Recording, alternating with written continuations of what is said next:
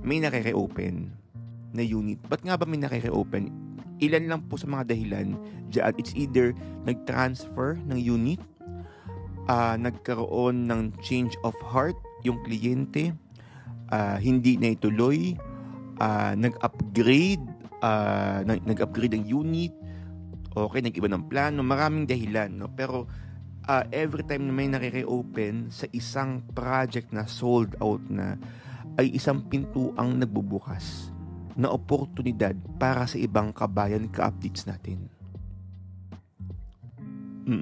Hindi ito yung parang, kasi may siguro mga ilan sa inyo parang produkto na, no, na parang nakakuha kayo ng unit na nare-open, akala nyo nare-open dahil pangit. Hindi po totoo yan. I am very sure may mga ibang akong kapatid dyan mismo na na-introduce sa inyo mga reopen, yung mga ibang kapamilya ko sa SMDC, na-introduce sa inyo yung reopen, and then parang medyo hindi kayo at peace na kunin, no? Kasi nga reopen. Pero Diyos ko, depende po yan sa project. Kung maganda yung project like Air Residences and Shore 2, ay nako, huwag nyo nang patagalin pa.